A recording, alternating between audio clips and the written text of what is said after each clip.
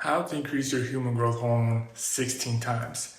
The short answer is go to 80 degrees Celsius sauna for 4 times in 1 day. Other benefits include increased exercise capacity, increased bone density, increase in muscle mass, and also decrease in body fat. Some other benefits that also can be included in regulating thyroid hormone, luteinizing hormone, cortisol, folic hormone, as well as prolactin and HGH, which is the human growth hormone.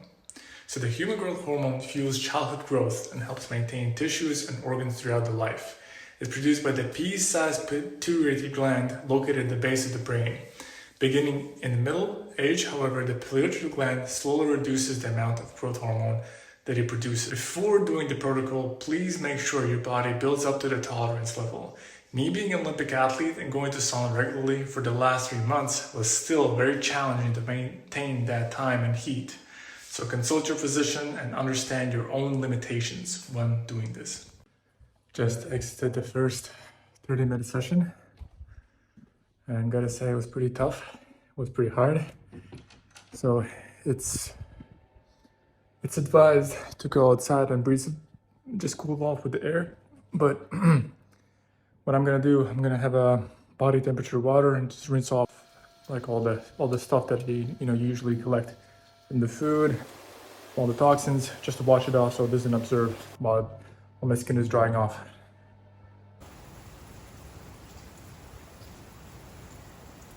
So this is going to be my round 2. I waited until my heartbeat went under 50. That's my resting heart rate, 50 beats per minute. And I think now I'm pretty much ready to go in the round 2 in a Celsius sauna. In between, I had some cup of water. You roughly have to have about 16 ounces every 10 minutes that you're in the sauna, which is 58, if I'm not mistaken, ounces in between after the 30 minutes or in between. If you can drink in the sauna, sure, you can do that. I drank a little bit of tea in between actually, and now I did drink a little bit more after I got out. So I think I'm ready to go in and yeah, we'll see how that's gonna go. I'm in the sauna. I use the head so the head doesn't overheat. I lay down on my back because I've seen that this is a much more comfortable way how to withstand the heat. When I'm in the sauna, I actually don't switch on any lights.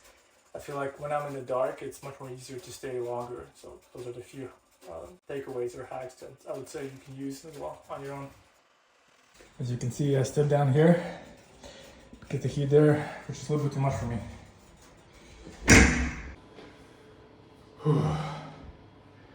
This was the second set of going into the sauna. As you can see, it takes quite a bit out of you. My heartbeat is 146, and you can see this or not. 144, slowly climbing down. In the sauna, it was about 108. In the beginning of the 15 minutes, it was under 100. And after the 15 minutes, it started to get harder and harder. And I gotta say, the second time, particularly the first 15 minutes was easier. I think the reason behind it is because when I'm doing this in the middle of the day, so it's roughly 2 p.m. 2 p.m., a little bit over 2 p.m. So I started about a little before 1 p.m., like 12:45. That's when your body really raises your body temperature. It was a little bit harder to go into the sauna because of that. Because already my body was feeling pretty hot and I heated up pretty quickly. Metabolism is the fastest in the morning. So ideally you would like to do this in the evening. Also from the studies, if you want to improve your sleep quality, if you have trouble with sleep, it's much more better to do the cold plunges, workouts, light and vigorous activity in the morning. In the evening, you would like to do like a hot sauna or a hot tub, a shower, because the heat does the opposite for the body. And if you know how your body temperature regulation works, whenever you go to sleep, your body temperature decreases when you wake up. That's the reason why you wake up, actually, is your body temperature increases. So, and it does the it does the opposite. When you heat up your body is automatically regulating it. I forgot the specific scientific name for this. It cools down your body when you heat it up. Same thing happens when you put it in a cold environment. It heats up after the cold exposure.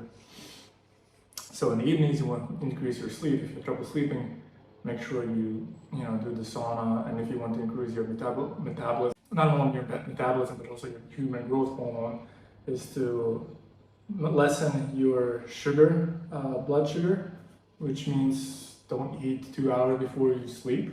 I recommend, honestly, if you can do the sauna even before you eat, because that's also going to increase your human growth hormone.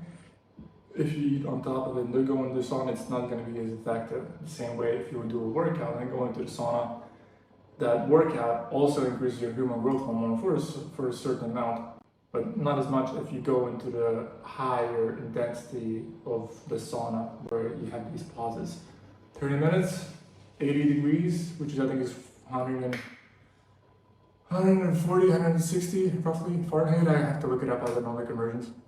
Like I'm doing right now today, experimenting with four times a day for 30 minutes and with the pause in between. So I just finished my second set. The first one was harder, I feel like. The second set, I felt like my cardiovascular system was working a little more, like it was more like tired than it was in the first one. The first one was just like, I felt like its heartbeat was, faster. So it's still 106, so it's pretty high for me, beats per minute. I'm going to cool off, drink water. Interesting fact, if you don't want your blood sugar to spike up, before you eat, particularly if you eat something sweet, put apple cider vinegar in the water. That's what I did actually right now. And because I ate before, I should have done this before, but I did this after. It's not particularly perfect regime, perfect controlled environment. But again, I'm going on the feelings and going on the studies. Again, I don't have the scientific measurements to measure all of this, the feeling. I have the heartbeat, the basic stuff, like my senses. So that's what I'm going from and experimenting to see later on the effects on it. So I can show you, every body is different.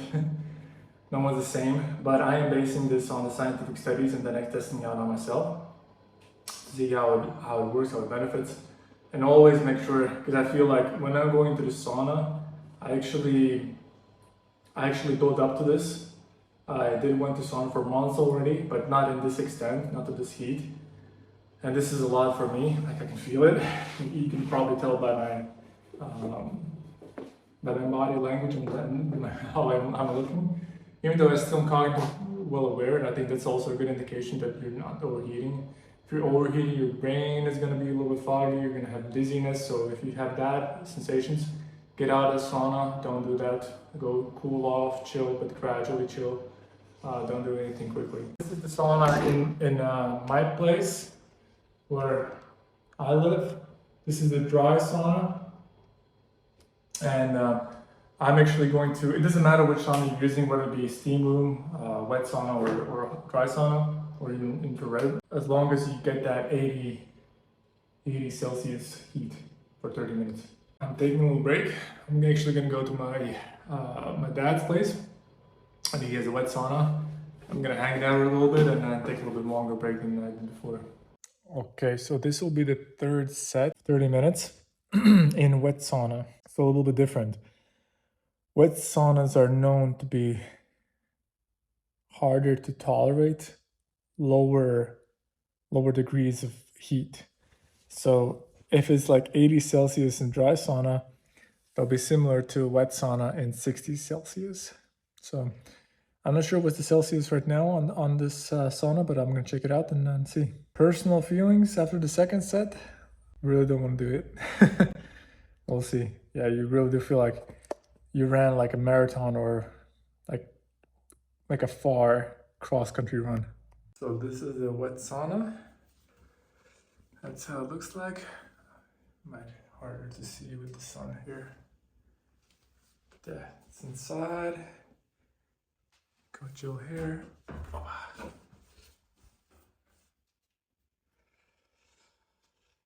You got even I forgot what you call them, but You basically do sauna therapy, I guess was what we call it, or sauna ritual, where you hit the body parts with it. Ooh, that's hot. Just finished the third set. Time to replenish with water. And yeah, the temperature was 75 Celsius.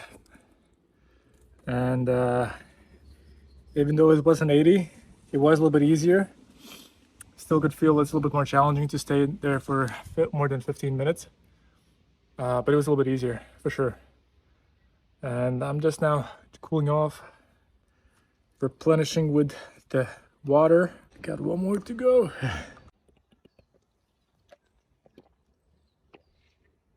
Feels good.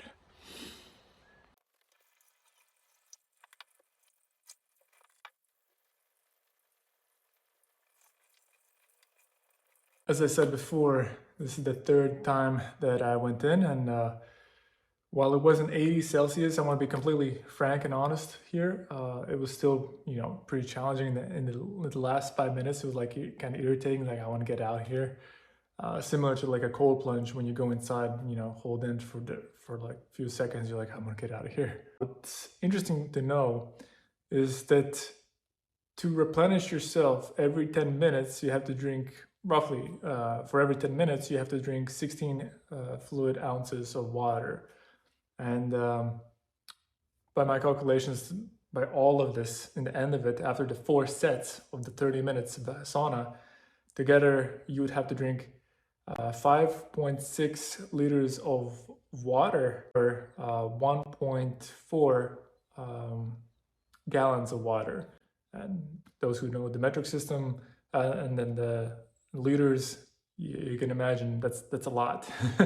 That is a lot. I don't think I nearly have drank enough water from that statistics. I'm gonna put it in my mind and then see and calculate to see if I need to drink any more.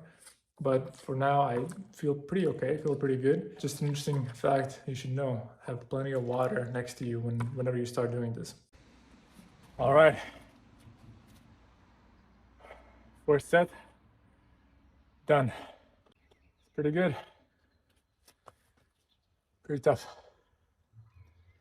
So the thermometer went to 70, slightly maybe above 70. The heartbeat was beating when I was inside and slowly later on just above the 100. A little less than previous ones. I think it got to do with something that it got to do with because it wasn't that hot. Even though it's a wet sauna, hot.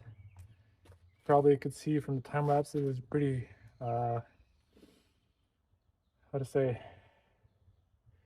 nerve wracking to stay a little bit longer after the 15 minutes. And yeah, now the heartbeat is 128. I'm gonna cool off, drink some water, and keep you updated later on how I feel. I'm going to try to keep up the same rhythm as I did before, so it will be as close as possible to the rhythm, to the routine that I previously already took part of. Overall, I would say I feel like you have to schedule almost entire day. Oh, about the food. I ate only breakfast at around, I drank coffee, breakfast around 9 a.m. 9 to 10 a.m. And that's all I have eaten. I'll add the fruits and veggies or any other natural supplements you can use for supplying yourself with electrolytes, because that is the most important thing. I'm not sure if food is the most important thing to replenish yourself. It's the electrolytes that you need to replenish yourself for sure, because you'll lose a lot of them. So yeah, that's about it. I'm call it a day. Alrighty, so it's been 1 week since the 4 times a day sauna protocol under 80 degrees, not under, 80 degrees Celsius, which was, I think, 170 Fahrenheit. The first things that came to my mind in terms of sensations and feelings The first night was kind of sketchy. I had like a little paranoid when I was going to sleep because like going through that kind of tension, you never know. And then the next night as well, same thing. But after 2 days, I was jogging, I was doing my morning run. And while I was running, I had immense amount of uplifting sensation, uplifting feeling, a sense of a huge amount of optimism as well as motivation. That was something that I've noticed when I had back, I don't know, when I was 23, now I'm 31. And back when I was like 23, 24, maybe it was preparation for the Olympic Games, like you had sensation from the inside, like really uplifting, like belief system that you're about to do something amazing, about to do something great. And you know, it slowly builds up to it. Almost like goosebumps go over to your body, that you just feel a sense of like good energy. I think the paranoia came because I have had the bad experience previously of overdoing things or overdosing some things, so to say. That's for another story. So now I take extreme amounts of precaution, so to say, whenever I do something, try out new, as long as it does not hurt me, does not damage me. So I do the research before I try something new now, or I try a little bit instead of like, you know, even the optimal dose, so to say. So yeah, those are my sensations, those are my feelings. Overall, I'm still gonna try it out because I think once is good, but it always, you know, I'm in the mindset that you always have to consistently try things to really see the improvements. Same thing like working out. You really can see starting your muscles to grow after like many workouts. It doesn't happen instantly. So same thing here. I'm going to try this for additional, let's see, I would say at least for a month. I'm doing another set actually.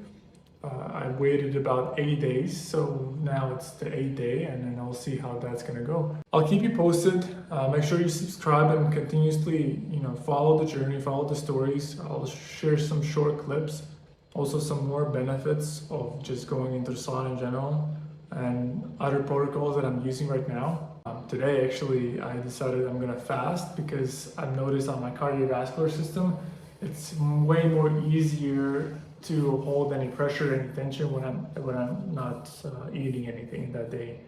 And plus, it's just an intermittent fasting, so it's a little bit more than that. It's roughly about 24-hour fast, but it's nothing crazy. I'm pretty used to it now, but again, it takes time to get used to it.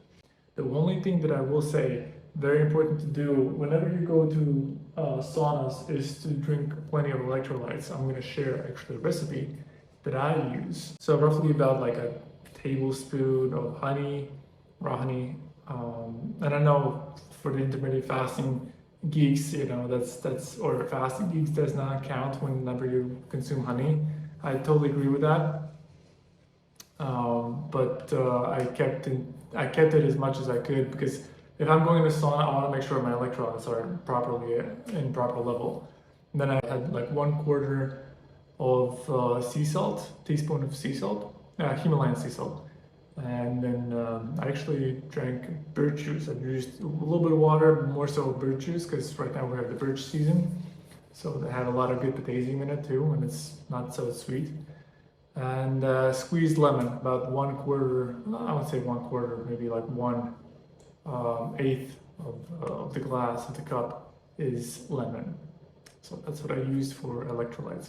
I'll keep you guys posted, but this is the first time trying out the four times in sauna in 80 Celsius heat. And I gotta say, it was tough in the beginning, but overall I felt a little bit of changes. I mean, that positive affirmation feeling sensation from the inside was really good. I haven't felt that for years, so that's just something that I noticed.